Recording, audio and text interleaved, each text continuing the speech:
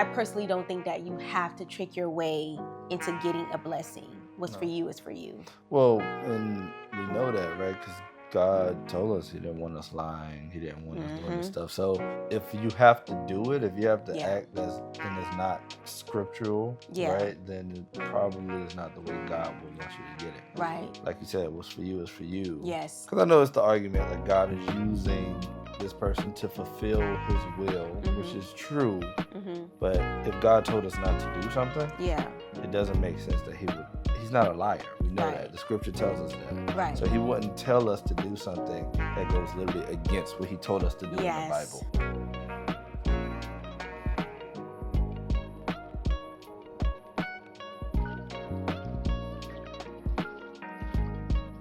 Welcome back to another episode of the Carry Podcast. This is episode 22, where we are your hosts.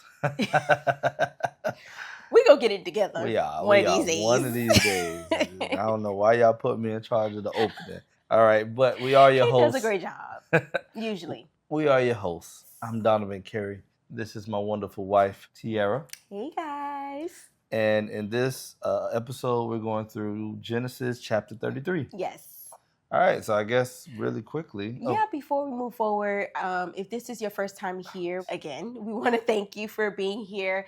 Just to give a little background, we are going through the Bible from the beginning to the end. So from Genesis to Revelation, we typically study separately, and then we come together on this couch and discuss it for the first time, and we just bring you into the conversation. We do welcome comments, questions, whether you agree, disagree, just be nice about it. Yeah, we don't claim to be experts here. Not at all. We recommend everybody read the Bible for themselves. Yes. We are literally just, we're in the faith, and we wanted to bring you guys into our conversation, maybe even bring some motivation for people to read their Bible. So, yeah. How'd you like this chapter? What'd you think? You know what? Honestly, when I first, because I had to read it a couple times because I was like, God, I don't know what I'm supposed to pull from this. But after a couple tries, I really feel like I was able to gather a good bit from it. Okay. Believe it or not. So just this little small chapter alone, I feel like there's a couple lessons that we can discuss. How about you? Yeah. I would say probably not as much here. Okay. I kind of found myself in the same place as you. Like, what am I supposed to gather? Yeah. But the only difference is I never left that place. So, but I do think it's a good setup. So I think what's happening here, what we're seeing is kind of the setup of the bigger story coming to play. I think what happened is actually very crucial. It just, I didn't know what to pull from it as much. So I guess I can just really quickly, before moving on, before starting, just going through where we are in the story. Yeah. Right? So we left off last episode, chapter 32. And in chapter 32, essentially, Jacob is preparing to meet his brother. So he leaves the house of Laban, I'll call it. Yes. And he's supposed to go back home. God told him to go back home. And he knows on this road home, he has to see Esau, his brother, who he took the blessing from, essentially. Yes, the spiritual blessing. The spiritual blessing, yes. So what he does is pretty much kind of cleverly sends gifts before Esau gets to him to kind of butter Esau up. And yes, because when he last saw Esau was going to kill him. Esau was ready to kill him. Esau about that life. Because he felt betrayed. Yes. Esau about that life. It's been 20 years, right, since then. And that's kind of where we left off in the story. Yeah, so Jacob doesn't really know what to expect at this point. Yeah, so Jacob is scared now. And he has a little alone time with God, and he shoot the fade.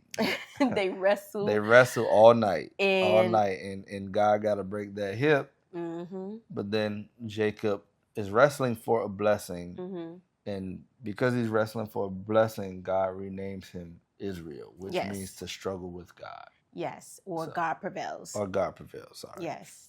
So we're about to get started on chapter 33, where it kind of takes over from that point. Yes. Yeah.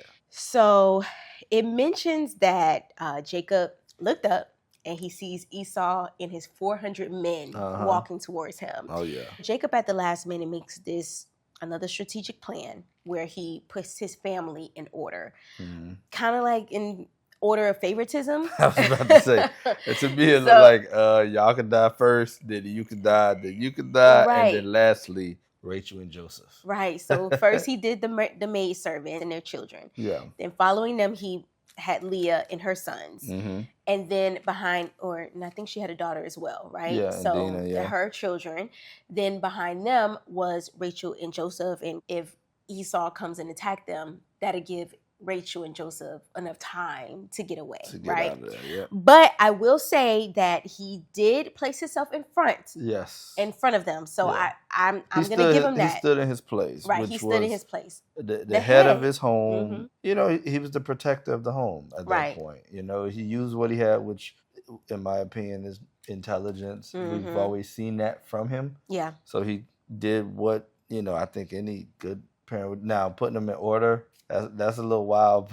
Just a little. But I mean, it's very honest. Yeah. You know? Yeah. I mean, you can't be mad. I guess technically he worked there because he wanted Rachel. Yeah, so, that's true. You know, it that's makes true. sense. Yeah. But I will give him respect for standing in the front line. Yeah. I will give him that. He did, yep. So leading his family to Esau, he did bow down 7 times, low to the ground. Yeah. And I think this was his way of trying to show submission in a way, trying to show like I have no social power over you, like you are my Lord. Like, but I think he's actually physically showing, hey, no, I respect you. Yeah. So right? You heard it from my servants, but now you could actually. This part is so important because this is the first moment where they see each other. Right. Right. So it is Jacob's, Israel's now, Israel's way. The Bible still refers to him as Jacob. Jacob, sure enough does. But so it's Jacob's way of showing Esau, hey, it's yours. Right. I know you saw it, you heard it. I was giving you gifts, but if you need, you know, it's like, you know, in all the old shows where how important it is when they say, you know, kneel down or whatever, right? Those kind of old, you know, those old shows, Romans and all of those guys. But they always want them to take the knee in front of them. It kind of was that moment to me. Yeah. Was, all right, you know, because we have to remember Jacob is still wealthy and he still has some level of a claim. So he has to actually do the physical act of showing I am submitting, right? Yeah. That's how, when I read it, that's what I was taking. It. Yeah. Yeah. You know what I thought was interesting? So when Isaac gave the blessing back in Genesis 27 to Jacob, he said to him, may many nations become your servants and may they bow down to you. May you be the master over your brothers and may your mother's son bow down to you. So I thought it was interesting that here we are literally witnessing, reading Jacob bowing down to his brothers. Wow. That's right? So it's as if he knew, like, I really was not deserving. He knew what the blessing was. He heard the entire spiel. And he's knew. Like, I'm going to play it out and show, literally, word for word, I'm doing the bowing portion. Like, I'm not doing that portion. At least today. I felt like he just didn't think he was deserving of it. Yeah. Like you said, he didn't get it the right way. Yeah, and we saw that last chapter, right, where he said, I'm not worthy. Right. Right? So exactly. We see where he's been humbled and he's like, I'm not worthy of this. I didn't do this the right way. You know, I kind of tricked my way into it. Right. I shouldn't have it. Yeah. And I know that's how he feel. Yeah. Although God was going to give him that blessing regardless. Well, it was already prophesied to Rachel. Right. It was already written. It was already written for him to get the blessing. Yeah. But he, you know, took things into his own hands and got it the trickster way. Yeah. So now he's in a position where now he's doing the bowing, right? And when Esau really was supposed to be bowing down to him. I personally don't think that you have to trick your way into getting a blessing. What's for you is for you. Well, and we know that, right? Because God told us he didn't want us lying. He didn't want us doing this stuff. So if you have to do it, if you have to act and it's not scriptural, right? Then it probably is not the way God will want you to get it. Right. Like you said, what's for you is for you. Yes. Because I know it's the argument like God is using this person to fulfill his will, which is true.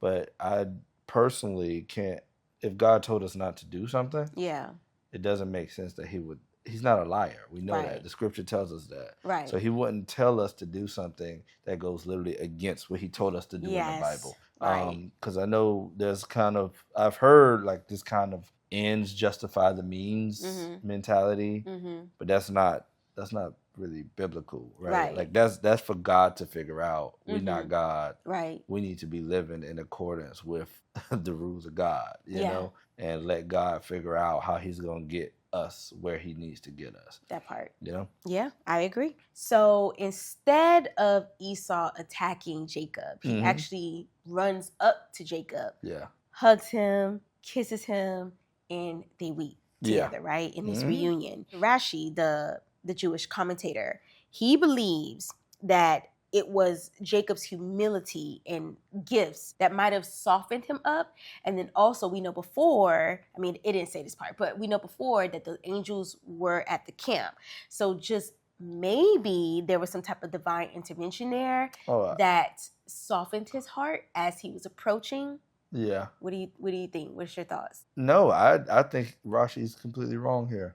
Really? I do. I think that was the actual blessing. So when I think of him wrestling for the blessing, that was God showing I came through on my part. You remember the first thing Jacob asked for way back before he even went to Laban was that he came back home and was protected. And so to me, that was the full circle moment of, though you anticipated for 20 years that you were going to die at the hands of Esau, or that it was a huge possibility, God came through. God, however, that was divine intervention on that part. Yes. I don't think it was nothing Jacob did, is my point.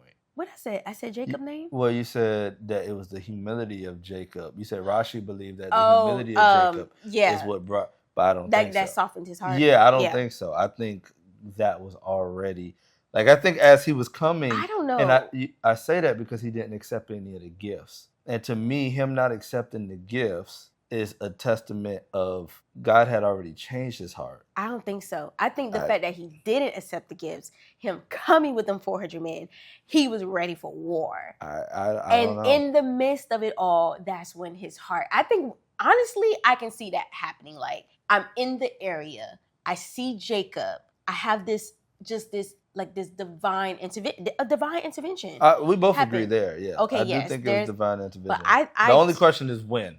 I think it happened when he saw Jacob. I think it happened when he made it to that camp where the angels were. I don't think so. I could see that. I don't think so. So you think he left with the 400 men with intentions on, like, why do you think he brought 400 men? I think it was between after the 400, like after he left. I do believe it wasn't before he left that divine intervention. I think it happened after Jacob wrestled with God. I think after Jacob wrestled with God, the blessing was bestowed upon him, and that was the protection of God, which to me, I think we can agree there that it happened after the wrestle. Yeah, but I don't think it happened with Esau. So I think it happened immediately. Yeah. So I think it's interesting because it never crossed my mind that he rejected the gifts because he's like, I'm rejecting this because I know I'm going to kill you anyway. That's a very interesting thought. I took it as I'm rejecting this because he asked him, like, why'd you even send this to me? You know, like, to me, I'm rejecting this because I don't need it. Like, I'm rejecting this because I forgive you. That's a good point. I can see that. I disagree with Rashi. I disagree with Rashi. Regardless, it don't matter when, for real. But I think we can agree that there was some type of divine intervention, right, that happened between that wrestle and the time that he made it to Jacob, right? We can agree there? Absolutely. Okay. All right. Absolutely. We could just leave it there. Absolutely. So Esau notices Jacob's family and he asks about them. So they go before him and introduce themselves in order that he had them before. And then he asks Jacob about his gifts, this 550 animal gift, which we know includes the goats, the camels, the sheep, cows, and donkeys. And Jacob replies and he basically tells Esau he just wanted to find favor in his sight, right? Esau refuses the gifts. He says, I have enough, my brother. Right? This is the New King James Version where he says, I have enough, my brother. Yeah.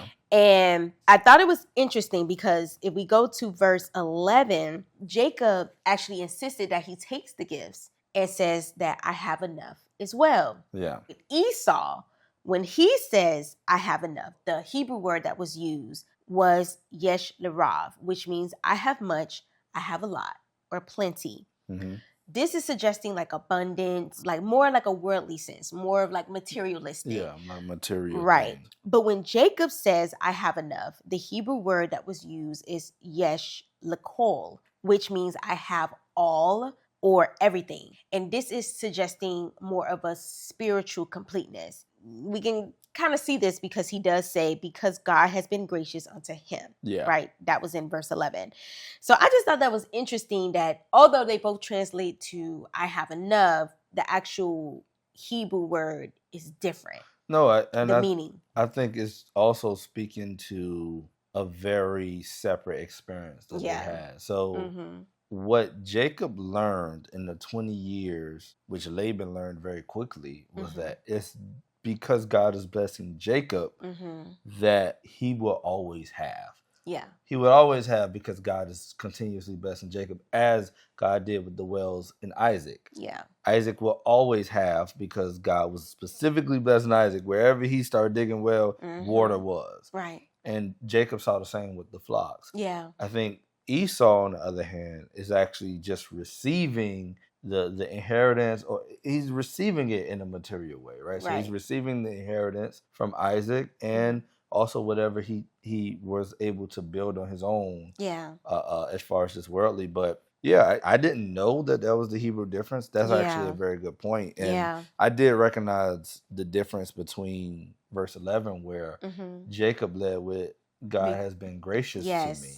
And I thought that was like, okay, as far as Jacob's concerned, I could leave here with nothing, which is why it was so easy for him to give so much of his flock away. Right. I could leave here with nothing and God to take care of my needs. I think it does speak to, just us sometimes thinking like that. Like, we have to stop being so materialistic and stop thinking of everything that we have that we could physically touch. Yeah. Like, sometimes it is just like, hey, I got God, I got faith. Yeah. Listen, I get it. If you're hungry, that's not as easy to do. Yeah. But, I do think at the same time, there is a piece of that for when you're not hungry and we want more, but we never really take back the time back. But I've been blessed this far. He's going to continue to make sure that my needs are covered and so on and so forth. Right. So, yeah, I didn't know that the words were different. That's actually really good. Yeah, and that was a good point that you made. Jacob does make a statement where he says, and what a relief to see your friendly smile. It is like seeing the face of God, right? And remember when we spoke before, I mentioned in some Jewish traditions, they believe that the mysterious man could have been Esau, guardian's angel, right? Remember me telling you? Yeah. Remember we discussed that very briefly. Yeah, we I discussed remember you saying that. I can see why they would think that, or why they would feel that way based on the last chapter where Jacob said, I have seen God's face to face, yet my life has been spared. Him saying, I have seen God's face to face, and then he turns around and he says, it's like seeing the face of God. If that was Esau's guardian angel, and then now you're seeing Esau, I can see that, right? Although I personally think it is Jesus, like I mentioned before, if this is your first time here, I do believe the mysterious man that Jacob was wrestling with is like a pre-incarnate Jesus, right? Before his time. Reason being, because we know before, like he said in Genesis 32:30, he says, yet my life has been spared, which now during this encounter, we're seeing that Esau is now showing favor, compassion, forgiveness, grace, mercy, which are all characteristics of what we see from God, right? What we receive from Christ, right? So when I see him say it's like seeing the face of God, I feel like he's seeing the same nature of God through Esau. So that's one way to look at it. That's what I gathered from him saying it's like seeing the face of God. Yeah, I just took it as like a direct correlation between the blessing that we talked about was actually that he would not be killed by Esau. Mm-hmm. To me, when I read it, all right, let me go back a little bit to kind of talk about directly what you're talking about. Mm-hmm. I also agree that was Jesus. Mm-hmm. But when I look at verse 10, I think his wording is so specific about seeing the face of God, because he literally said, like he said in the last chapter, I seen God face, or something like that. Yeah, I have seen God's face to face. Yeah, I've seen God face to face. So King James Version essentially says, as though I've seen the face of God and you were pleased with me. Right? So to me, that's saying that Esau's forgiveness was tied to him wrestling with God and receiving that blessing. That's how I saw it. Yeah, that's a really good point. I think it all ties together. Yeah. For sure. I think it all ties together. See, I don't know, though, because I'm going based on what you said earlier. And it sounds like the way they're describing Esau as, like, not quite filled with God. Like, the fact that they made his wealth different from Jacob's wealth. I'm not saying he's filled with God. I think the fact that he has forgiven him, the fact that he is showing compassion. Yeah. Yes. Like, these are all Jesus characteristics. These are the idea of forgiveness. Yes. Yeah, we see more of the Jesus-like qualities. Yeah. So I see what you're saying as far as just forgiveness and grace to me are the big ones. And mercy. Even. Mercy, yeah. Fair enough. Good. I just realized I took off my notes. So again, Jacob insisted that Esau take the gifts, and Esau ended up accepting the gifts, right? Yeah, eventually. And so right now we're at about verse 13. Am I correct? Around 12. 11, yeah. Yeah, we're around 11, yes. So Esau ends up saying to him, let's be going, I would lead the way. Inviting Jacob to basically come back to his home to Seir. Later, we will see that Jacob actually did not want to go there, but he doesn't say that, right? So what he says, he give these surface reasons, and he's like, the children are young, can't keep up. The animals are nursing. I'm not trying to slow you down. Right. I need. We don't want to drive them too hard. Yeah. We're gonna move at our own pace. We'll meet you there. Yeah. Right. Essentially. And he just didn't want to endanger them. That's what he told Esau. Yeah. So. Right. I do have a question about that, but I want to kind of wrap up the story first, and then we can go back to that. But Esau says, all right, but at least let me assign some men to guide and protect you, right? But Jacob politely declined and tells Esau, just you receiving me is enough, right? Yeah. He was not having it. Yeah. So Esau, he turns back around and he goes back to his homeland, which is Seir, and that same day. He goes back that same day. While Jacob, on the other hand, he goes to Succoth. And Succoth, Hebrew word, means booth or shelters. Okay. So this is right outside of the land of Canaan. Right? So this is the complete opposite direction of Seir. Yeah. So it's literally in the opposite. So he pretty much said, all right, I'm going to catch up. And then they went this way. And he was like, all right, I'm going to go this way. Yes, exactly. In the land of Succoth. He ended up building a house. Yeah, he was there to stay. And shelters for his livestock, right? And then later he ends up leaving and going to Shechem, which is in the land of Canaan. But back to Succoth. As I mentioned before, this is right outside of the Promised Land. And I thought this part was a little random. So when I see little random stuff, me, I want to look deep into it and figure out, why did God feel the need to put this in there, right? So I did see that there might have been a deeper spiritual level to this. Just one little verse, right? So in Succoth, we know Jacob ended up building this home, right? And even though it was a temporary transitional place, it was showing a shift in Jacob's status here, right? So what I mean by that, now we're seeing that 1, he's more independent. Yeah. 2, he's at peace. He's no longer running for his life. He's no longer afraid. That's a good point. So because the whole time before this, we hadn't even heard of him putting up a tent or anything. No. So it was like he was ready to go, right? He was in go mode. He builds a house. Yeah. And so he built something that's stationary. Yes. That's literally everybody can know where I'm at. And he can afford to do it too. Yeah. He can afford to do it. Yeah. Which is interesting because we know that when he left the land of Canaan, to go to Paddan Aram, which is where he went to go stay with Laban, he was running away from Esau. He was running away for his life. He was afraid, and he had absolutely nothing, like I mentioned before. Yeah. He didn't even have a pillow, right? He had to use a rock as a pillow to lay on before he went there. And now that he's leaving Paddan Aram and heading back to the land of Canaan, he can build a house. He has resources. Yeah. He's made peace with his enemies, which was Laban and Esau. They were technically his enemies. Yeah, two chapters apart. Exactly. Yeah, absolutely. And also now he's free. Yeah. He's free. He's no longer under this spiritual or physical bondage here. Yeah, it took 20 years. It took 20 years, but he made it there, right?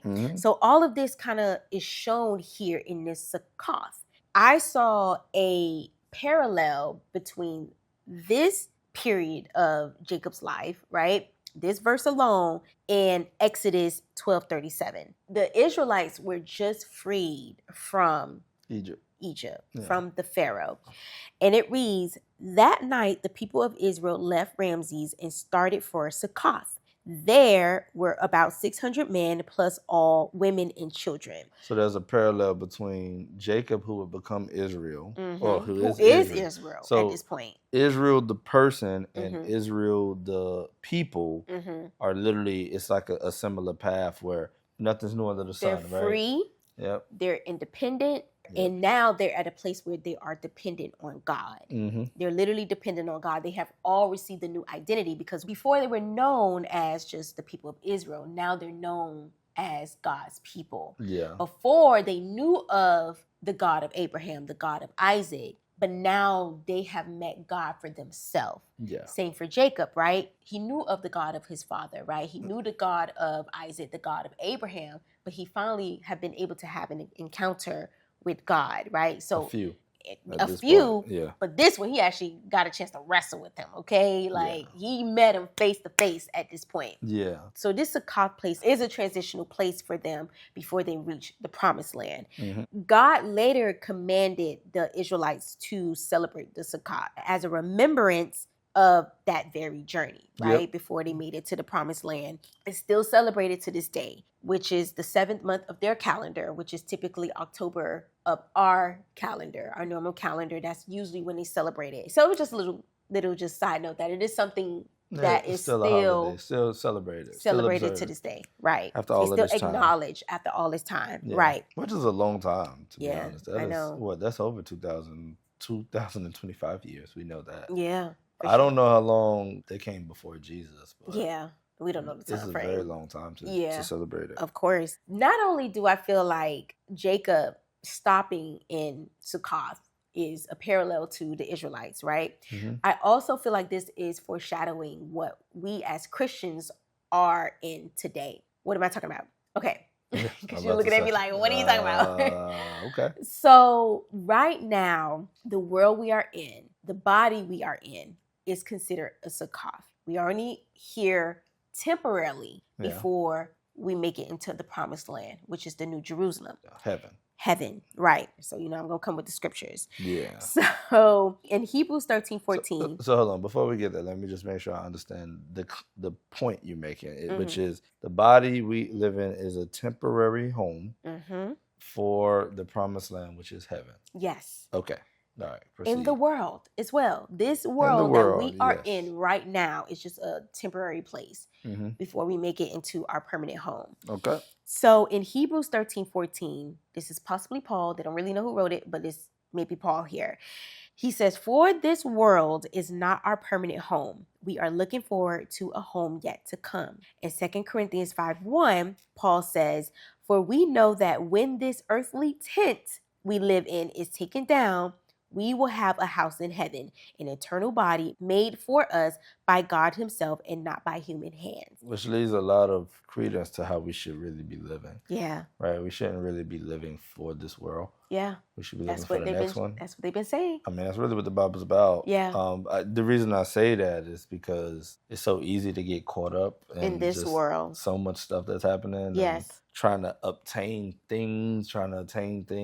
They always say, right, you can't take it with you. Yeah. Which is probably the most obvious statement, right? Like, you can't take it with you, so why why try to obtain all of Yeah. it, right? Yeah. More of the story. The whole point I was just trying to say, this verse where they were talking about Jacob settling temporarily in Succoth, which is foreshadowing so much more. Yeah, the Israelites and then us today. So yeah, a lot of parallels, a lot of things happen in the same exact order. Right. Yeah, that's actually a really good point. I want to go back to the question that I had for you earlier. Yeah. Why do you think that Jacob declined Esau with following him to his homeland and end up going to Succoth instead? And do you think he lied? So I do think he lied. Mm-hmm. So that part to me is that I'm not sure if it's that he doesn't fully trust Esau at this point. I do agree with you. I do think that it was possibly fear there, like not really trusting Esau, or it could have been just like they just reconciled and he gave him all these gifts and he insisted that Esau took these gifts, and for him to like kind of turn around and say, nah, I don't want to accept your offer. It could be like a customary thing. Like he's just trying to be polite. I guess that's what I'm trying to say. I think he doesn't want to be rude and just straight out decline him. So he's just like, I'll meet you up there, you know? Yeah. But in reality, he really wasn't. So, all right, by that logic, then I have another reason why I think he didn't. Mm-hmm. And I think it has less to do with Esau than... So what I found was that Shechem actually is where Abraham also entered into Canaan. So what I'm going to go back with is then your theory from before. He built an altar in Shechem. Mm-hmm. Just as Abraham built an altar in Shechem when he first got there. Mm-hmm. And I'm thinking he's rewalking the entrance of Abraham into the promised land like God told him. Yeah. If we're going based on that. Yeah. So that to me, I guess I saw it differently, but that to me makes more sense. We're looking at it from the thing of literally Succoth and Shechem is just the path into the promised land. Yeah. If that's the case, then I'm thinking he's actually walking the exact path that Abraham walked, because we know that Abraham entered the promised land in Shechem. That's actually really cool. Yeah, so I'm thinking he walked the same route into the promised land as Abraham did, and maybe just nothing significant happened for Abraham in Succoth. Yeah. But this is his route into the promised land, because that's also the first time that God mentions the promised land to Abraham. Right. As well. So, yeah. Wow, that's actually really dope that you saw that. I got a little help from my notes. But. Yeah.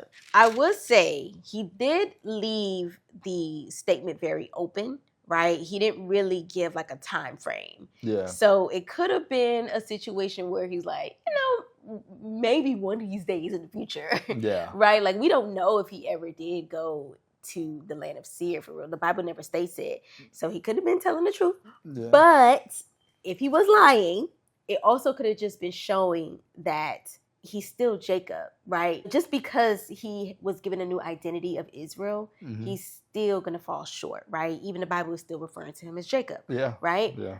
Which also reminds me of the Israelites, right? When they were freed, they still was getting on God's last nerve, raising his blood pressure, falling short, right?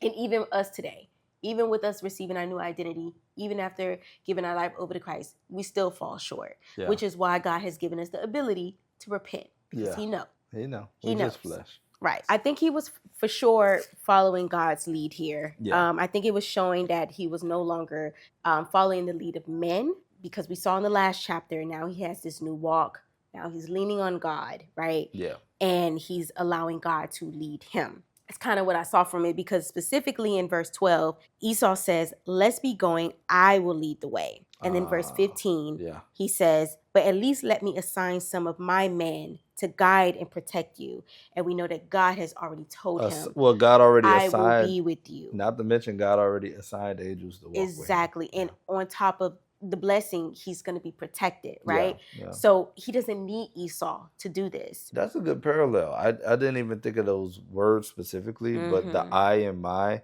essentially is replacing what God had already done for him. And is doing for him and will continue to do for him and generations on, right? Interesting. If he would have accepted the offering from Esau, it would have led him away from the promised land. It would have led him to moving outside of God's will, moving out of what God told him to do. Remember, God told him to go to his father's land. Now, I don't know, because apparently it goes into more details about it in the next few chapters of what Jacob actually ends up doing, but it does seem like he make it at least to the land of Canaan.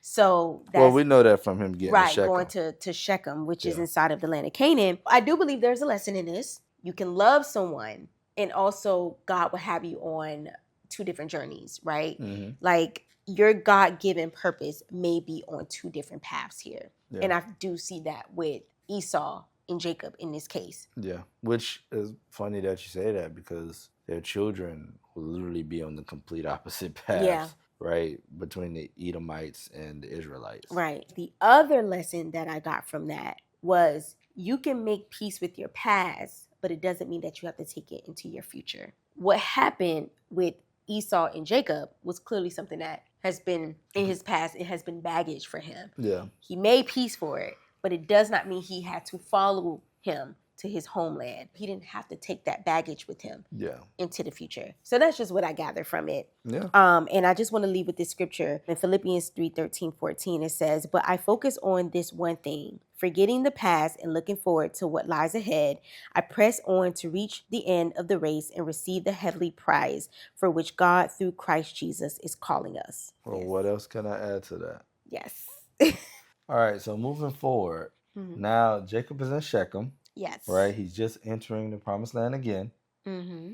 And what we see is he actually purchases a piece of the promised land here. Yes. So we're watching slowly but surely them owning more and more of the promised land. And that also even makes me think maybe that's why he didn't go with Esau. Maybe he had plans on purchasing this land.